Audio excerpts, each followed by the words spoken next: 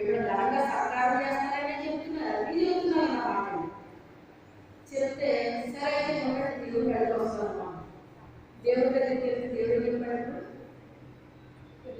సరే వెళ్ళైతే అంటే 2 సార్లు వెళ్ళడానికి ఎందుకన్నాడు మీ పిల్లల్ని ఎక్కడో వెళ్ళగలరు వెళ్ళొద్దు అంటే రేపు మా అమ్మ వెళ్తాడా అని నేను చెప్తాను. అలాగా ఒకటి తర్వాత వస్తాడు ఆడు ఈ ఊరికి వస్తానంటాడు, మళ్ళీ మా అమ్మ వెళ్తాడు. మూడోసారి చిరాకు ఏమంటారు అమ్మ పోతే పోరా ఎన్నిసార్లు చెప్పాలి నేను వెళ్ళు ఆ 4 తినేదాకా నీకు మనస్తాపంలో వెళ్ళి అలా తినేసి రాగలరా అంటే ఇప్పుడు ఎలా చెప్పింది అమ్మ ఎవరని అవునా కదా ప్రేమగా చెప్పిందా మంచిగా పంపించిందా మంచి బ్యాచ్ కలిగితే మంచిగానే పంపుతుంది. అది మంచి బ్యాచ్ కాదు కదా మంచిగా ఎలా పంపిస్తుంది కోపంగా ఇక్కడ దేవుడు కూడా అదే చెప్పాడు సరే వెళ్ళు అక్కడ నువ్వు నిజంగా చెప్తున్నావా నిజమే ఎక్కడ నిజంగానే ప్రభావ ఇంతకు ఉదాహరణ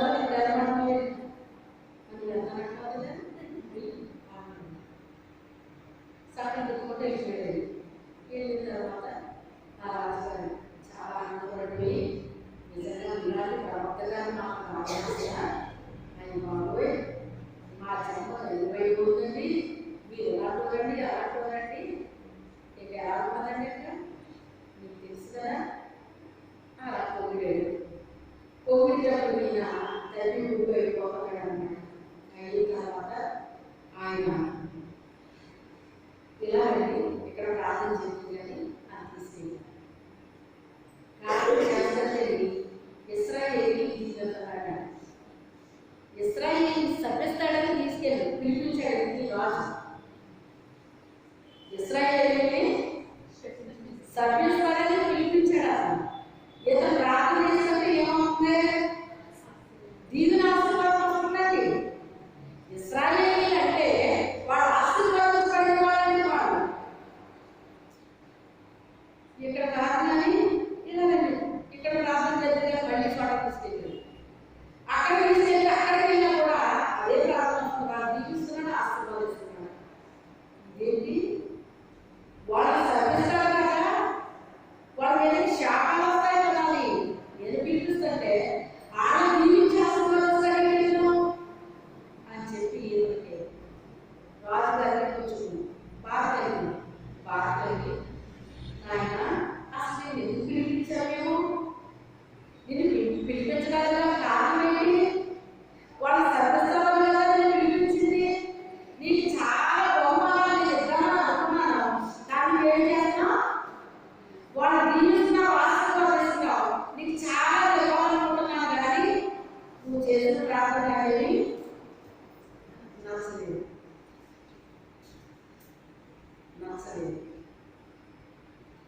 మన హృదయాలను బట్టే అవతల వాళ్ళతో కూడా ప్రార్థన చేపిస్తాడు మన మీద తెలుసా దేవుడు.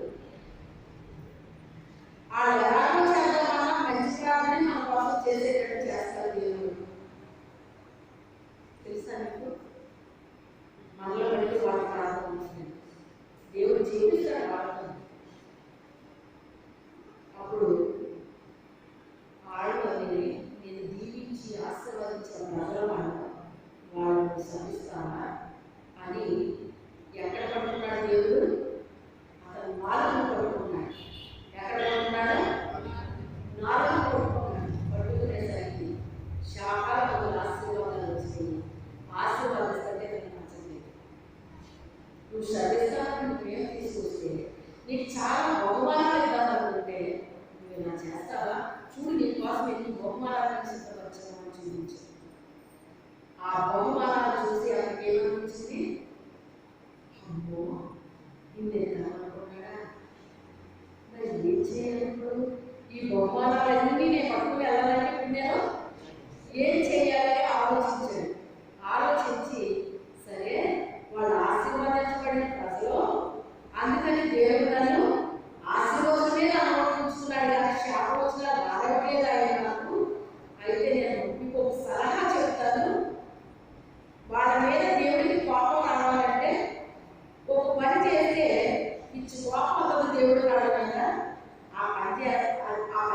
చేస్తారా మీరు అంటున్నాయి.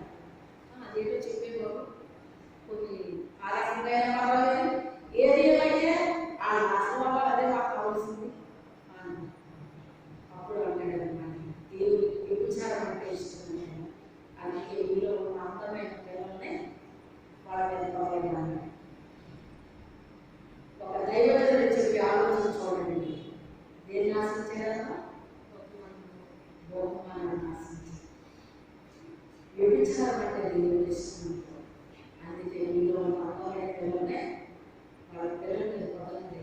అప్పుడు మనం వ్యభిచారం చేస్తే దేవుడికి ఇష్టం ఉంటుంది. ఆటోమేటిక్గా దేవుడు శాపాలకి వచ్చేస్తాయి. అలాగే విగ్రహార్పితమైంది కూడా తింటే ఇష్టపడ్డాయినా మీ విగ్రహాలకు అర్పించిన వాటిని ఆ పిల్లలతో మీరు తినిపించండి. అప్పుడు ఆయన శాపాలు వాళ్ళకి వస్తాయి. ఆయన కోపం వస్తుంది. ఇలా చేయండి అని మంచి సలహా చెప్పాడా, ఇలాంటి సలహా చెప్పాడు. ఒక దైవజనుడు బిలాము ప్రవక్తని, అందుకే మీకు గతంలో చెప్పాను, ప్రవక్తలు అంటే అందులో దేవుని ప్రవక్తలు ఉంటారండి. అందుకే ప్రవక్తలను రాసేటప్పుడు కూడా యెహోవా ప్రవక్త, యెహోవా ప్రవక్త. మీరు మొదటి చూడాలి, ఎప్పుడైనా సరే మీరు మొదటగా యెహోవా అని వాడుతున్నాడా, ఏమని వాడుతున్నాడా? అక్కడ యెహోవా ఎలాగ సెలవిచ్చాను, యెహోవా ఎలాగ మాట్లాడాను అని ఉండాలండి. అక్కడ యెహోవా దగ్గర దేవుడు మాట్లాడుతున్నాడని మనం గ్రహించాలి, దేవుడు చెప్తున్నాడని మనం గ్రహించాలి, దేవుడు ఆజ్ఞాపిస్తున్నాడని మనం గ్రహించాలి. అప్పుడు వాళ్ళు నాశనం అయిపోయే మాటలు ఎప్పుడైతే వీళ్ళకి చెప్పారో దాన్ని వాళ్ళు ఏం చేస్తారు, అమలు జరుగుతారు. అప్పుడు వాళ్ళు ఆ పిల్లలతో వ్యభిచారాలు చేసి, ఆ వ్యభిచారం అన్నీ చెప్పారు. నేను వ్యభిచారం చేస్తే ఏం పిల్లలు ఏమవుతుంది, ఎయిడ్స్ వస్తుందండి. ఈ ఎయిడ్స్ ఎప్పుడు వచ్చింది, ఆ తెగులు చేత వేల చచ్చిపోయారు. అప్పుడు ఎయిడ్స్ ఇప్పుడు వచ్చింది అనుకుంటున్నారు, ఇప్పుడు రాలే ఎయిడ్స్ అప్పుడు వచ్చింది. అప్పుడు వచ్చింది ఎయిడ్స్ అని రాయబడి మనకి ఇక్కడ. ఆ తెగులు చేత ఏం తెగులేదు, వ్యభిచారం చేస్తే వచ్చే తెగులు ఎయిడ్స్ అని ఏం పెట్టారు రాక్షసం. ఈ తెగులు కూడా రాలేదు, అప్పుడు వచ్చింది. ఆ తెగులు చేత హతమైపోయారు, ఆ తెగులు చేత హతమైపోయారు. దేవుని యొక్క కోపము ఆ పిల్లల మీద వచ్చేసింది. ఆ పెట్టారు కదా అని అనిపించి తెచ్చి వీళ్ళ పెట్టారు కదా. దీని గురించి పెద్ద చర్చనీయాంశాలు యూట్యూబ్లో పెద్ద చర్చనీయాంశాలు ఒకటి తిరగని చెప్తున్నారు. ఓ భాష చదవుతాడన్నాడు, ఇలా నడుస్తూ ఉన్నాయన్నమాట. బైబిల్ ఏం చెప్తుందో, బైబిల్ ఏం చెప్తుందో అది చూడండి. ఎవరికి వచ్చిందా చెప్పేస్తే వినేయడం కాదు, నాకు బైబిల్ ఏం చెప్తుంది, ఏం బోధిస్తుంది, ఇది ఫాలో అవ్వాలి. అది తినిపిస్తే దేవుని కోపం ఉగ్రత వాళ్ళ మీద వస్తుందని చెప్పాడు ఒక ప్రవక్త. అతను దేవుని ప్రవక్తే కానీ బహుమానానికి ఆశించి ఇప్పుడు ఏ ప్రవక్తగా మారేయగలను? బిలాము ఏ మార్గంలో పోయేటప్పుడు బహుమానాన్ని ఆశించి బిలాము ఇలా వెళ్ళిపోయాడు. చదవడం మాట బహుమానం పొందవలెనని బిలాము నడిచిన తప్పు త్రోవలో ఆతురముగా పరిగెత్తాడు. అది అకాలంలో వాళ్ళు ఏం చేశారట, ఇంకేం కాక మాట్లాడించు. బిలామే తెలుసుకున్నాడు. కొంతమందికి ఈ ఎక్కువ ఉంటాయండి. ఆ పాస్టర్ గారు ఇలాగే చేశారు, ఈ పాస్టర్ గారు ఇలాగే చేశారని పెద్ద సేవకుడు అండి. ఎవరు పెద్ద సేవకులు, ఎవరికి అంత చెప్పుకోవడానిక?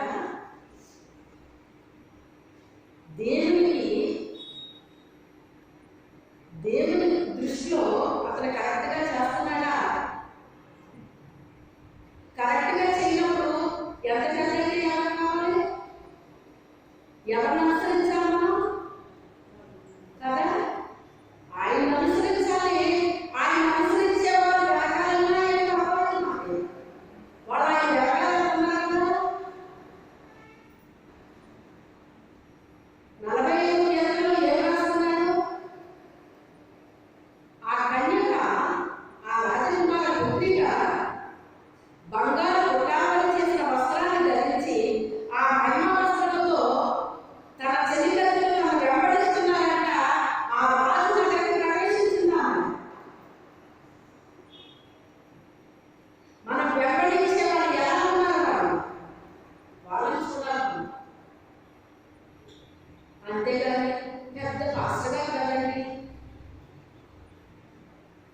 ఒక్క చిన్న పాయింట్ చెప్పనా నేను,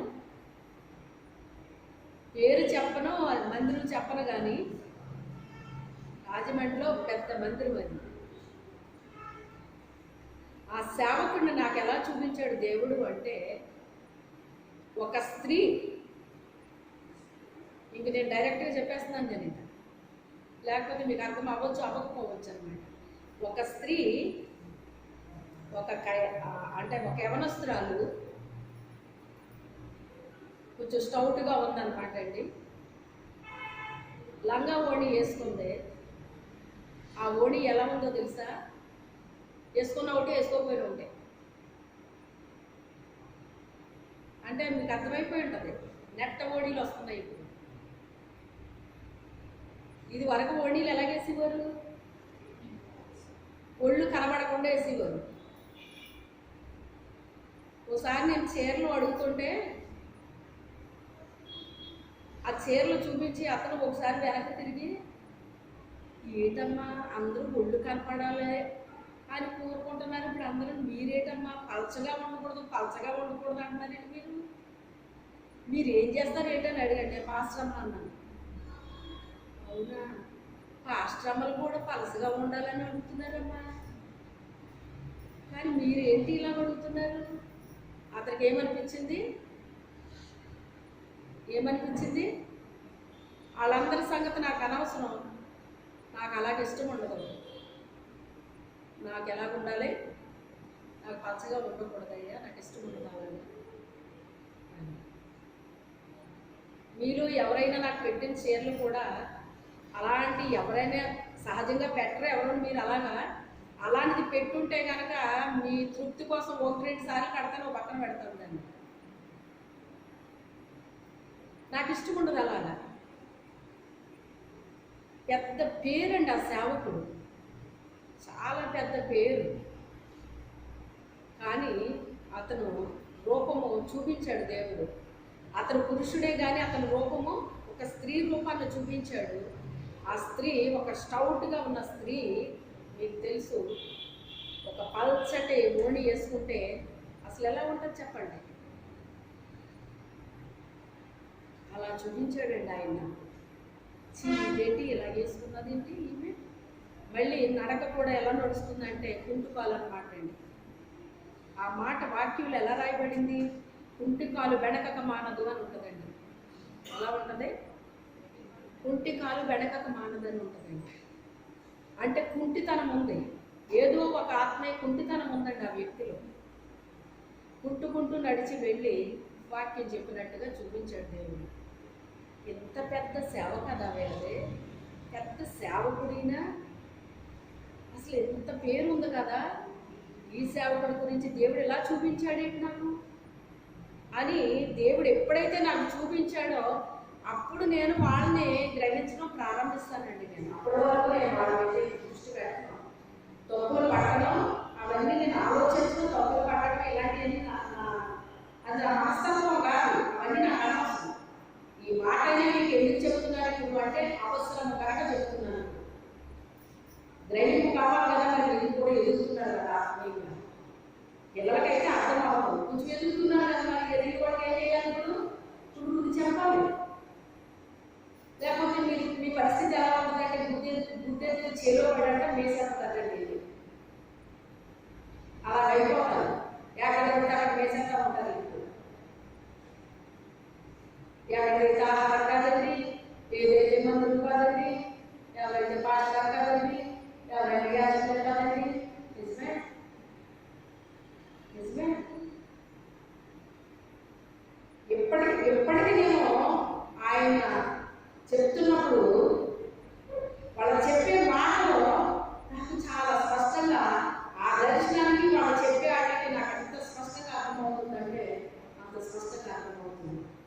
రండి మా మందిరం అంతలో చూడండి అని చెప్తున్నారు, మీరు గ్రహించారా? మా మందిరం ఒకసారి మీరు చూడండి, మా మందిరం ఎంత అందంగా మేము తీర్చిదిద్దాము అని మొత్తం అంతా చూపించడానికి ఇష్టపడతారు. అంటే అదేంటో తెలుసా మీకు? వారందరినీ చూపిస్తున్నారండి ప్రజలకి. ఏం చూపిస్తున్నారు? ఉంటారో అది దేవుడికి ఇష్టమేనా? రహస్యంగా ఉంటారా, పబ్లిక్గా కనపడాలి అందరికీ?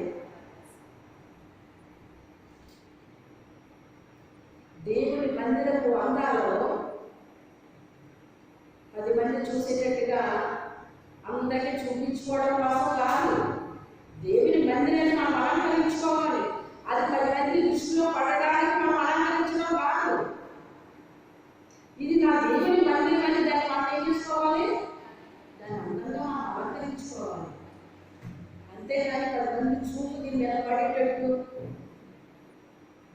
ఇక మీకు ఎంతకంటే స్పష్టంగా చెప్పేది ఏమన్నా అర్థమైందా లేదా? చేయండి సార్, అర్థమైందా? మీకు అర్థం అవ్వలేదా? దానికి ఇది సాదృశ్యం అని చెప్పాడు దేవుడు. ఒక స్త్రీ తన అందాలు చూపించడానికి ఏ రీతిగా అయితే ఆమె చున్ని వేసుకున్నట్టు ఉంటుంది, కానీ అది వేసుకోవడం కాదు. తన అందాలు చూపిస్తుంది ప్రజలకి. అలాంటి వ్యక్తి అనేసి దేవుడు నాకు చూపించింది. మందిరానికి వచ్చిన వారికి చూపించాలి, మనం దేవుడిని చూపించాలి. వాళ్ళని ఎలా నడిపించాలి? మనం దేవుని తట్టు తెలపాలి. మనం దేవుని మార్గం అనుసరించేటట్టుగా చెయ్యాలి. మనం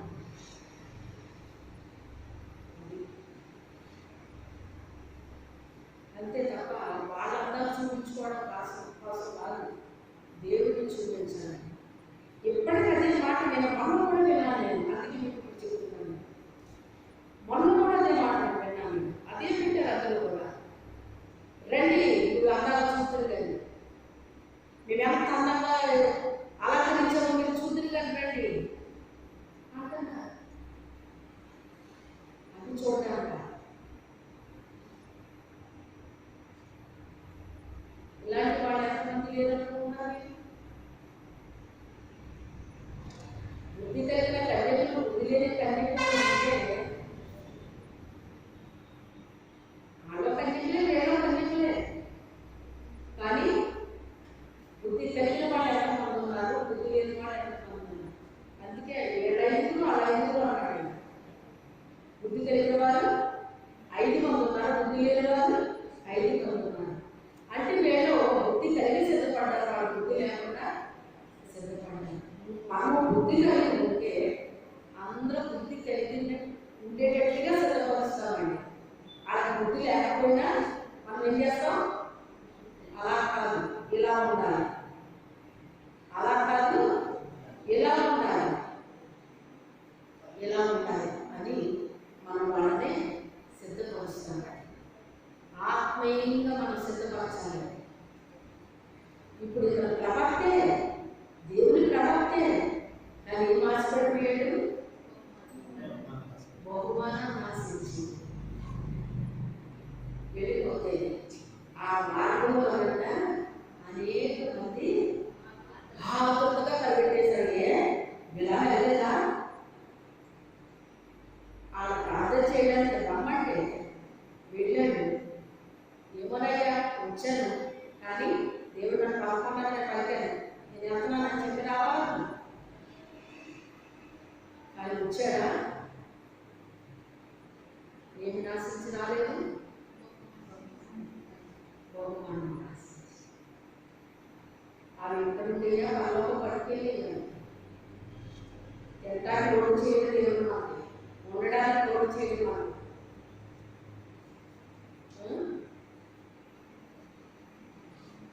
మీరు దేని మీద తిట్టుకుంటున్నారో దృష్టి తీసుకెళ్ళి దేవుడి మీద పెట్టండి దృష్టి.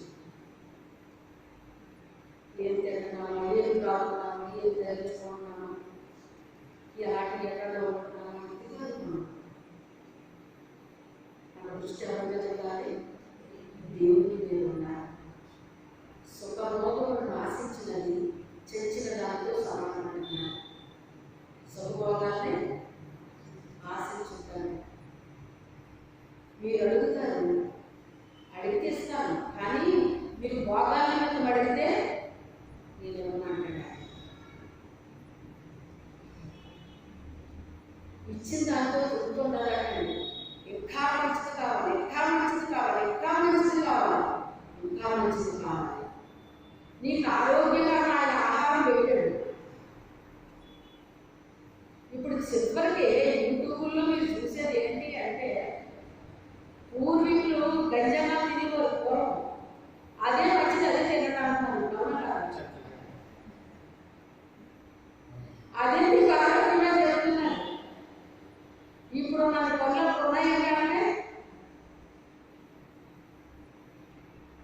రెస్టారెంట్లో గంజి అన్నమాట అన్నిటికంటే ఎక్కువ రేటండి.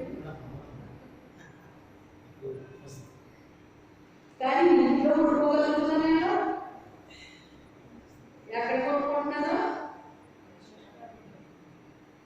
గంజాన్ని ఎక్కువ రేటండి. మాకు అది ఎంతో ఎక్కువ పొలం ఉండుకోవాలి కానీ నేను జీవించబడుతుంది. ఇంకోటి ఏం చెప్తున్నారు డాక్టర్లో, కొండలో వండుకునే ఇంకా మంచిది అంటున్నాను. పొగల పొయ్యి మీద వండుకోండి ఇంకా మంచిది అంటున్నాను. మరి దేవుడు శ్రేష్టమైన ఇచ్చాడు లేదా మనకే ఇచ్చాడు. కానీ మనం ఏం చేస్తున్నాం అంటే అవి చాలా చీపు అలాంటి వండుకుంటే అసలు ఆరోగ్యమే అన్నీ పెట్టాడు దేవుడు మనకి. అసలు మనమేమోండి ఎందుకని చెప్పుకుంటే మనమేమోండి మట్టితో నిర్మాణం జరగలేదా? పూర్వం పాస్టర్లు లాగా పాడేవారు మాకు నీకెంత సోకే తోలకుండా నువ్వు ఎలాంటి దాన్ని అలాంటి దాన్ని పాట కట్టిలో పాడండి అవడం 3 నాళ్ళకి నీకు ఎంత ముచ్చట పడిపోతున్నావు.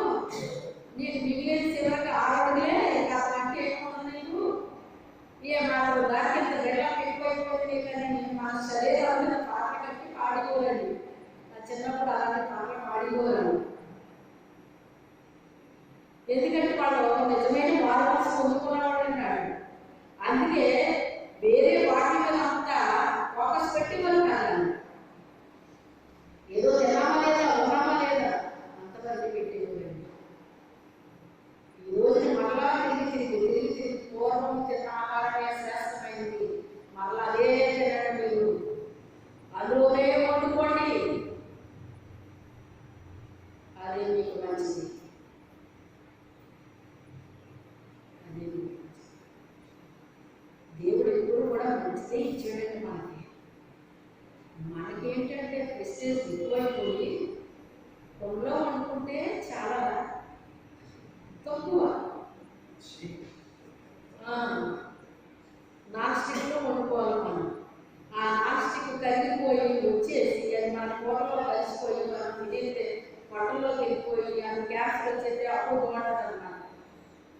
కొండలో వండుకున్నారు తిన్నారు గ్యాస్ వచ్చిందని ఇవ్వాలనుకున్నారండి. ఒంటికి ఆరోగ్యం, కంటికి ఆరోగ్యం, ఇంటికి ఆరోగ్యం, అన్నిటికీ ఆరోగ్యమే. మనం ఆరోగ్యం ఉండాలంటే అంటే వంటగది బాగోవాలంటే వంటగది బాగోవాలంటే ఏంటి? మనకి ఆరోగ్యకరమైన ఆహారం అక్కడ తయారవుతుంది. దాని మీదే మన ఇంటి వారంతా ఆరోగ్యం, దాని మీద ఆరోగ్యం ఉంటుందండి. అది దాని అర్థం. ఆ బిలాము మార్గంలో కంటే ఆసక్తిగా పరిగెత్తేశారండి. ఏ బిలాము ప్రవక్త కాదా, ఆయన చేయలేదా, మన వ్యాపారి వాళ్ళం అని పరిగెత్తుకు వెళ్ళారంట. కోరము చేసినట్టు తిరస్కారము చేసి నశించింది. ఈ కోరం ఏం చేశారండి? వేరే దేవుడు మాట్లాడుతున్నారా, మాతో మాట్లాడట్లేదా, ఏం మాకు దేవుడు పెట్టో కదా, వాళ్ళైనా దేవుడు పెట్టో అని దేవుని యొక్క ఏర్పాటులో ఎన్నికలో ఉన్న మోషేని అహరోనుని వాళ్ళు ఏం చేశారు? తిరస్కరించారండి. దేవుడు ఎన్నికలో ఏర్పాటులో ఉన్న వాళ్ళు మనం ఏం చేయకూడదు? తిరస్కరించకూడదండి. ఆయన అనాది ప్రణాళిక వాళ్ళు ఉంచాడండి. అలా పని నిమిత్తం ఆయన నియమించుకున్నాడు. అందుకని వాళ్ళు చెప్పిన మాట మనం వినాలి తప్ప వాళ్ళు మనం ఏం చేయకూడదు? తిరస్కరించకూడదు. వాళ్ళ మాట తిరస్కరించకూడదండి. వాళ్ళని మనం తిరస్కరిస్తే ఎవరు తిరస్కరించినట్టు అవుతుందట? అదే చెప్పాడు ఆయన. మోషే నిన్ను కాదు వాళ్ళు అడగట, నన్ను అంటున్నారు అని దేవుడు బాధపడ్డాడట. వాళ్ళని తిరస్కరించారట. ఏం తెచ్చుకున్నారటండి? నాశనం తెచ్చుకున్నారటండి. నశించి నాశనం తెచ్చుకున్నారట. అందుకే దేవుడు ఎన్నికలో ఏర్పాటులో ఉన్న వాళ్ళని ఎప్పుడు కూడా మనం తిరస్కరించకూడదండి. చూడండి, దావీదు